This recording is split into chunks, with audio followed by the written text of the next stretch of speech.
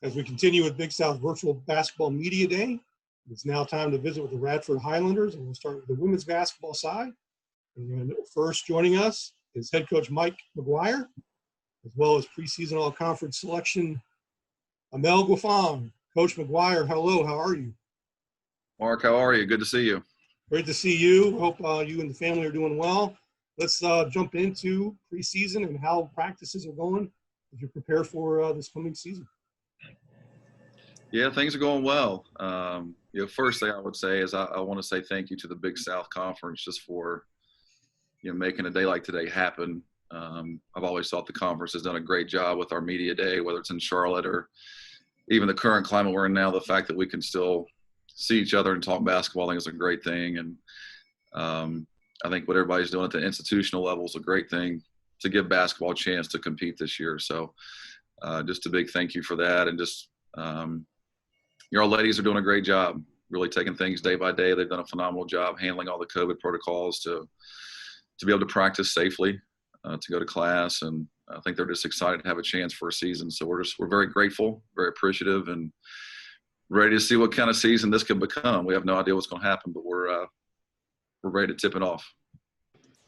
Great. Well, thank you, Coach. And let's bring in one of your players, junior forward, Mcguire. Good afternoon, Amel. Let's get your perspective on how preseason practices are going and all the other activities as the Highlanders prepare for the 2021 season. Hello. Thank you for having me. Our practice has been going well. We're just trying to get into the groove of everything, and we're very excited to be able to practice, and we're excited to be able to have a season. As you know, with COVID and everything, that was not promised. I think we're doing well. We're meshing. We're trying to get our foot on the gas, and we're ready to go. Great. Well, we will be ready for some questions for you. Again, to ask a question, feel free to enter your name in our group chat, and we'll take the questions as they come in. And our first question for you is from Mark Berman of the Roanoke Times. Go ahead, Mark. How you doing there, guys? Hey, Mark. Mike, you lost 3 starters from last year, and including your top 2 scorers, and yet you're picked second in the poll. Do you have that same confidence that this is going to be a good year, and what gives you that confidence? Yeah, I like this team a lot. We did lose 3 seniors that were very impactful for our program over their career with Sydney, Kiana, and Jen.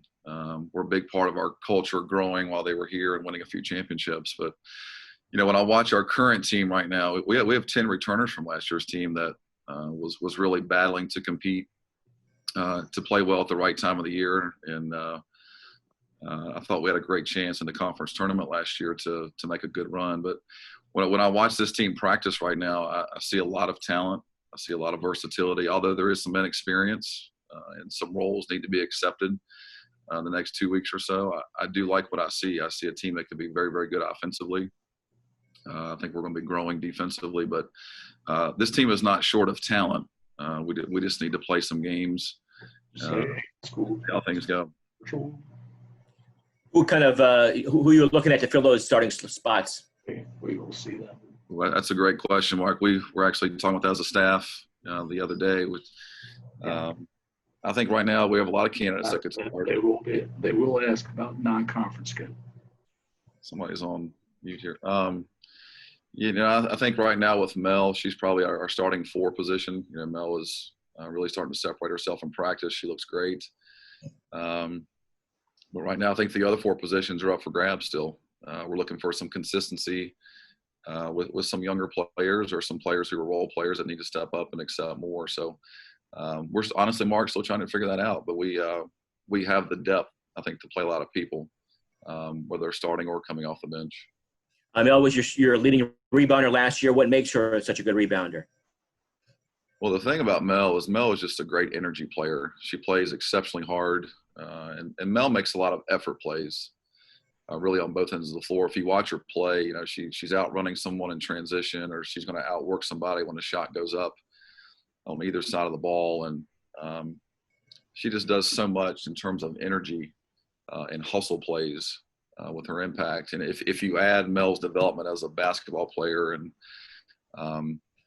you add some different moves in the block, or if you add that with her effort and her intensity, yeah, I think Mel's going to make another big jump this year with production. And she did a great job. She was kind of thrown into the fire last year as a sophomore. She didn't play as much as a freshman, but she was thrown into the fire and grew so much. And we're proud of her. And she looks even better now than she did about 6 months ago. So we're excited for her. Mel, you obviously were a very good rebounder last year, but obviously with your top two scorers gone, are you looking to step it up even more on the scoring front this year? You personally? Yes, sir. I mean, I'm looking to do anything my team needs me to do. We're looking to win. So in order for us to do that, a lot of us have to step up, and we're all accepting the challenge as we can see it in practice. Well, you guys can't, but we can see it in practice and all of that. So I'm ready to step up and score, rebound, loose balls, anything my team needs me to do. Obviously, when the pandemic hit, I mean, you guys were getting ready to host a tournament. You were going to be in the postseason, whether it was WNIT or if you'd won the tournament at NCAAs. Obviously to have the season end like that on a disappointing fashion.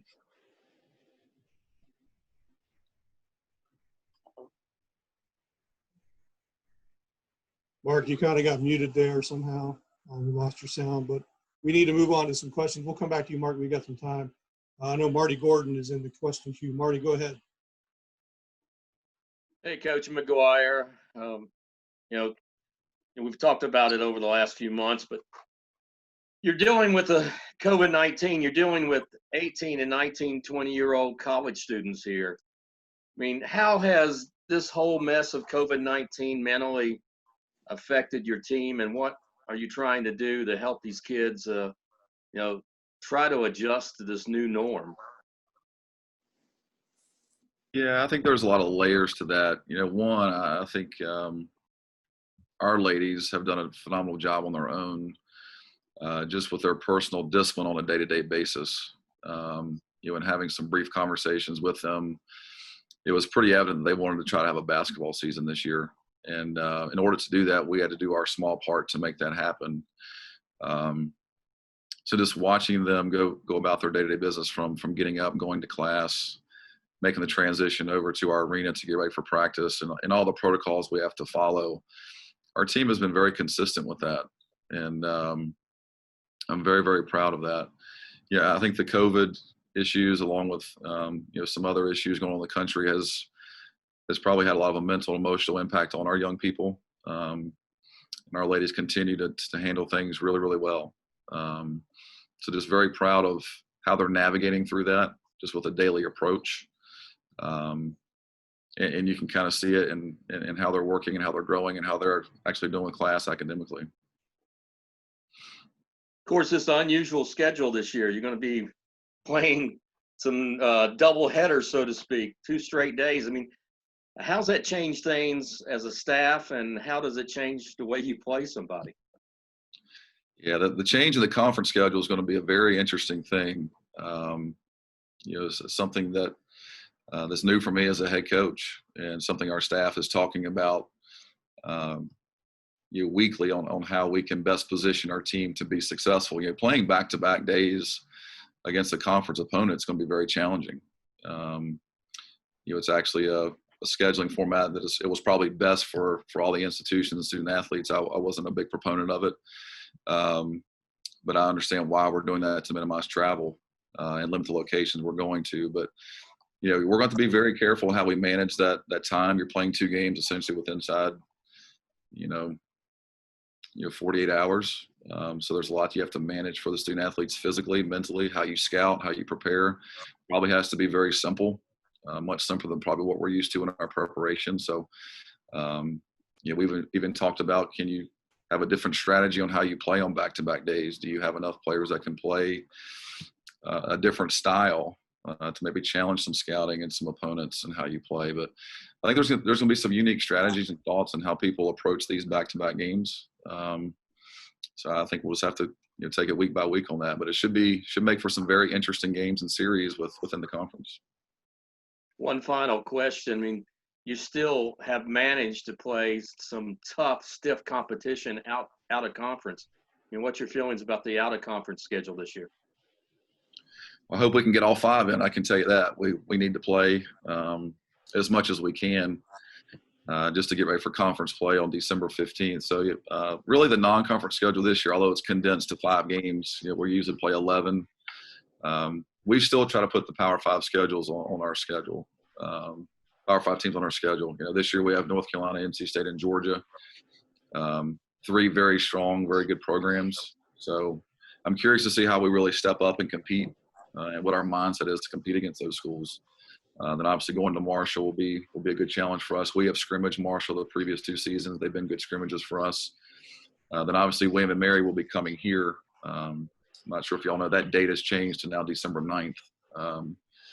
So, a lot of people think William and Mary could be the best team in the CAA. So that's going to be a challenging home game for us. But all those games are to prepare us for a very different conference schedule. I think it's going to be a very competitive conference season. And one, we can just hope we can play as many games as possible.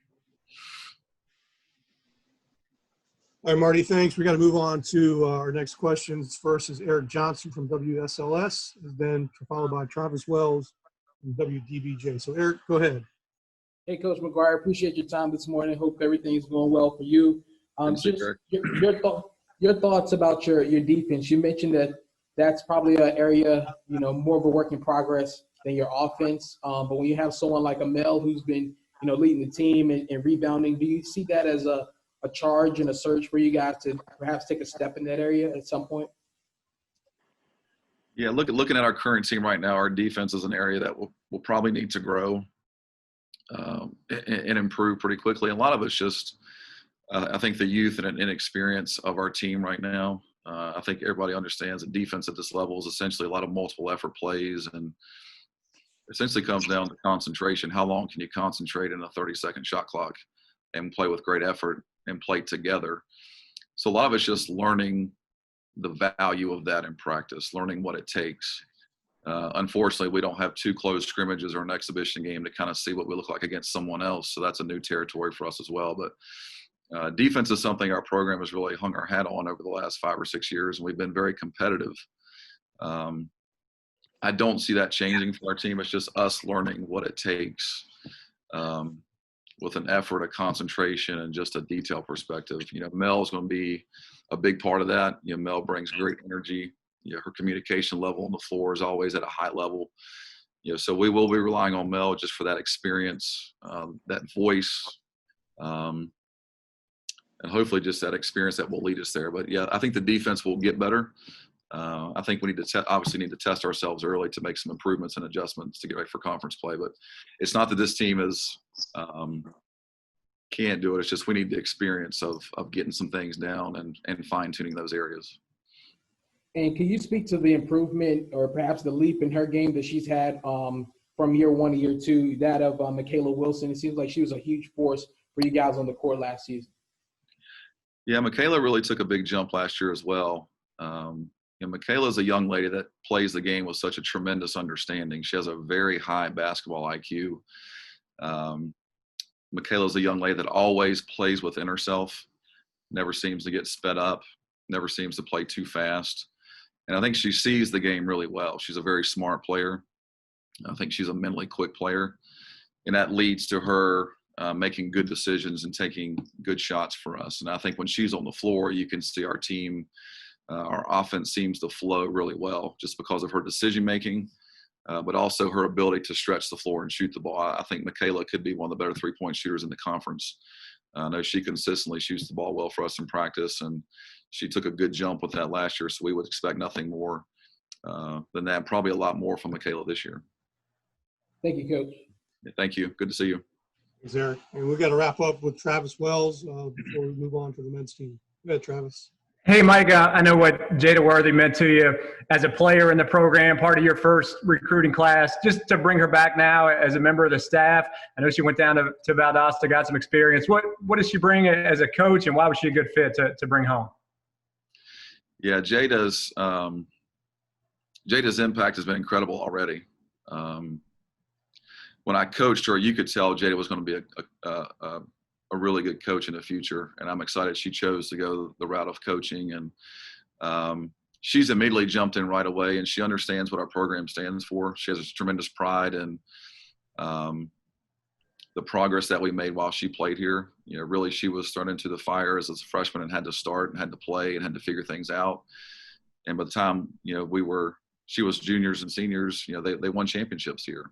So the investment that she made in our program, how she ingrained herself in our program, is a tremendous example for our current team. And I think as she gets more comfortable, she will start to share more of those lessons to our current team on what it takes to be successful, what it's like to be a Radford Highlander to be successful. And I think for Jada as a coach, her future is very exciting. Just watching her, the positive impact she's made on the floor, off the floor, is exciting. I'm excited for her, and it's a privilege to now coach alongside her after coaching her for 4 years. It's a very unique opportunity and something I enjoy every day. Thank you. Thank you. Thanks, Travis. Coach, we're going to have to wrap up. Thanks to you and Amel. For those who may need more, Coach Mcguire and Amel a little bit further, please contact Aisha Evans at the Radford Sports Info office. She can help arrange an extended interview later this afternoon, but we do need to move on to our next guest with Radford. That's head coach on the men's side, Mike Jones, as well as redshirt junior forward Kyrie Walker. Coach Jones, good afternoon. Good to see you. Good afternoon, everyone, and thanks for having me on. Great to have you, and let's go ahead and jump in, and let's hear your thoughts on how your preseason practices and preparations for the season are going.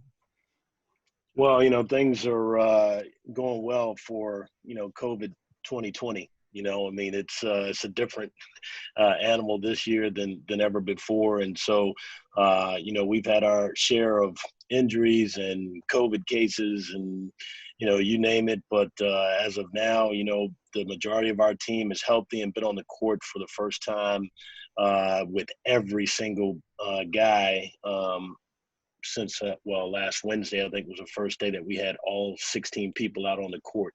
So, you know, we've made tremendous progress in the week that we've had together.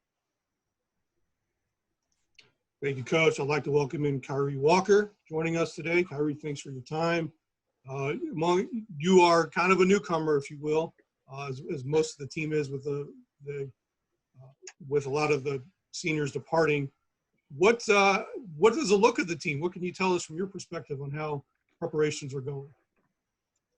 First of all, good afternoon. Thanks for having me.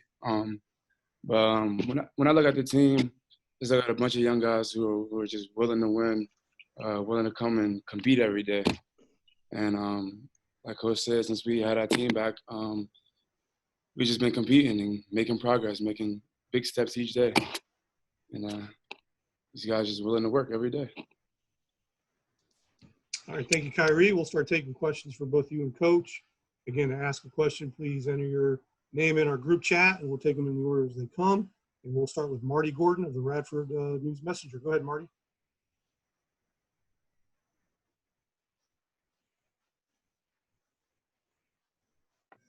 Hey, Coach Jones. Good to see you and talk to you again during all this.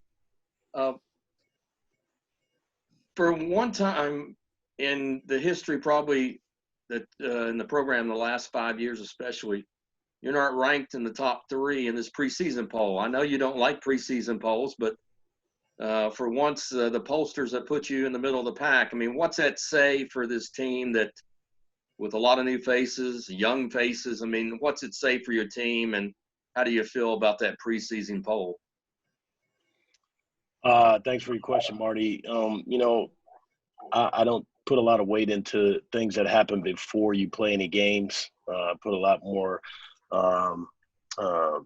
emphasis on what happens at the end, and we've been fortunate to have some good endings the last few years. But, you know, we are, you know, basically a brand new team. Our leading returning scorer, I think, averaged 3 points and almost 3 rebounds. So we don't, you know what we have at this point because we haven't played any games with this group. But the one thing I will tell you is that we've got a group of tremendous young people. You know, a lot of high character, a lot of strong work ethic. And I think when you put those two things together, character and work ethic, then, you know, the sky's the limit on how good they can be. So, you know, very interested to see how they, you know, learn the college game and learn how to become a team together over this, these next few months.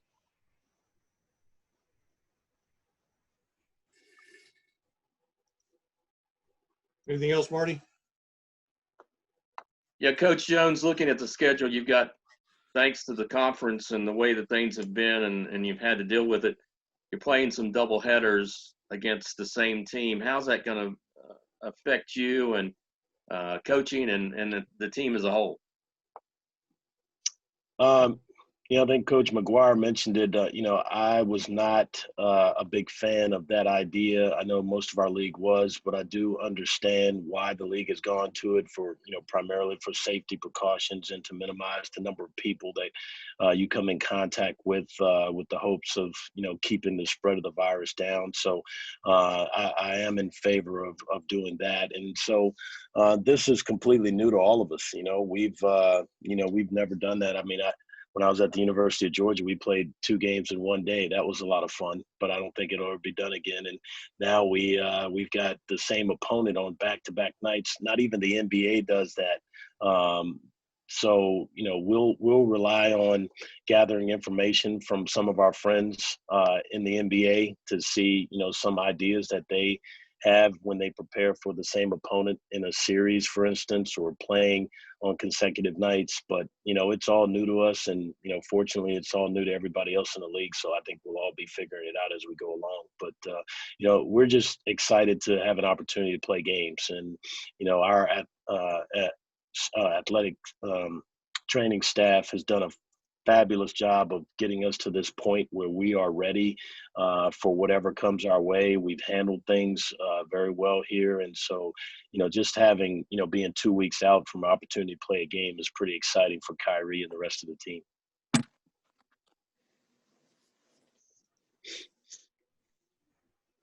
Thanks, Marty. We're going to move quickly to Mike Ashley, and then we'll have Mark Berman after that. Go ahead, Mike.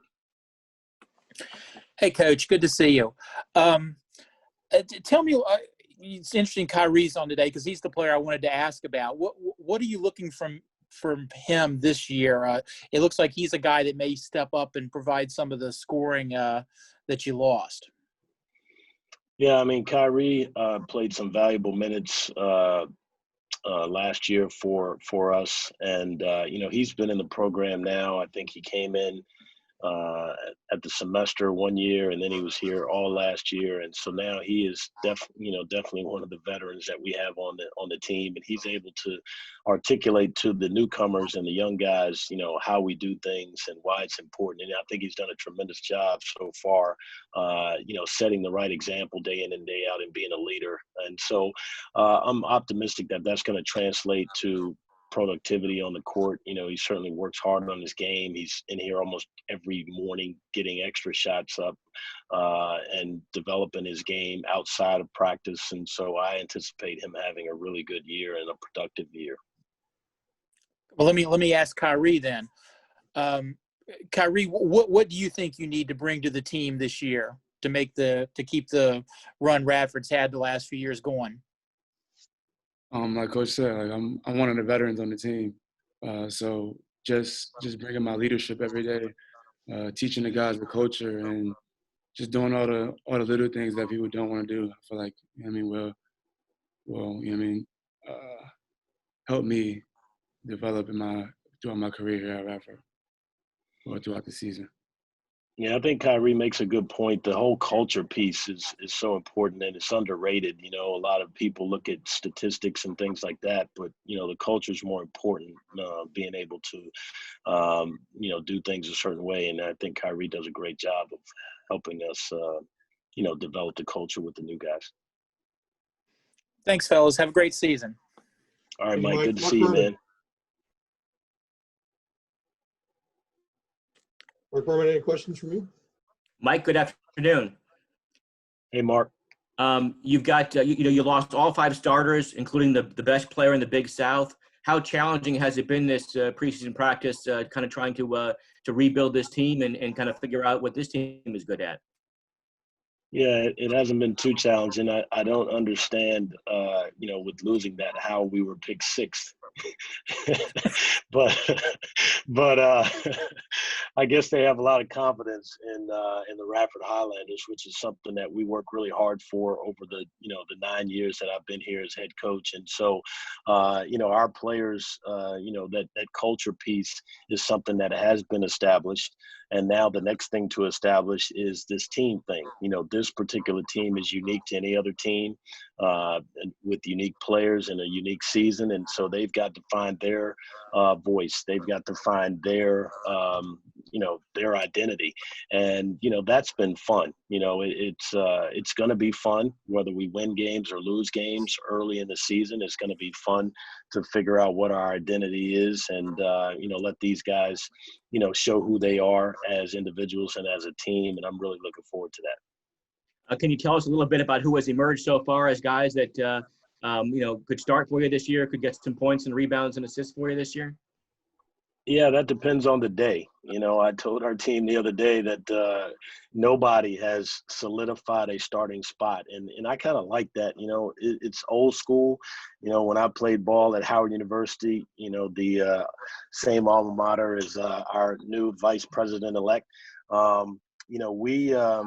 we competed every day, and it was tough and it was gritty, but we developed a lot of character in that team. And I think this team is going to do the same thing. I mean, certainly guys like Kyrie and Louis Johnkum, and those two guys in particular, I think have stood out so far in practice. But the other guys, it depends on the day, and then that's what one thing that we're working toward is consistency on a day-to-day basis to determine who the starters and the rotation guys are. Thank you. Thanks, Mark. We'll wrap up first with Eric Johnson and then Travis Wells. Hey, Coach, good to see you again. Just Hey, your thoughts on, I know how transfers have kind of shaped programs over the past few years and really made an impact immediately or for the culture. Can you speak to the few guys you got coming in to the program here this season? Yeah, I mean, we've got an eclectic group, man. We've got some high school guys. We've got some transfers from other colleges. We've got some, junior college transfers. We've got a couple of guys that were on our team last year, but had to sit out per transfer rules. So, we've gotten them from everywhere. And, like I say, we've got a great group overall with regards to character and work ethic. And those are two great building blocks to a good team. Now, it depends on when that happens. Obviously, they don't know how to play college basketball yet, most of them, Division I. And so now they've got to go out there and kind of figure some things out, things that maybe they did in the junior college ranks or the high school ranks or, at a Division II school that worked then might not work now. And so they've got to kind of learn those things. And as they learn them, I think they will, guys will figure it out and we'll start to really develop as a team. Hey, Coach, I'm just curious. You've alluded to culture here twice in the last couple minutes. Coming off 3 straight 21 seasons, I know those things don't just happen. Is culture maybe the single biggest contributor to a run like that? For sure. I think if you look at, winning programs, whether it's in the NFL or NBA or, Major League Baseball or any college, sport, that's a huge part of it. And it's such an underrated part of it. I think a lot of people focus on, individual talent, and you cannot win. I mean, I can't be a good coach and we can't be a good program if we don't have good players. That's impossible. So, but players are a huge part of it, but so is culture. And once you establish, how you're going to do things and who you are as a program, then the other guys have to fall in line with that. And when they do fall in line with that, our culture is not complicated. It involves work ethic, and involves consistency, and involves being the, good people on and off the court, and competition, and if you have those things established, then, those players will, it's a standard that they have to live by. And if they do that, then you find success at some point along the way. Thank you. Thank you, Thank you, Travis. Coach Jones, Kyrie, that's all the time we have for you today. We appreciate you joining us. We wish you the best of luck this season. Stay healthy, stay safe. We look forward to seeing the Highlanders compete this year. Thanks, Mark. Good to see you. Thank you. Thank you very much. Thank you.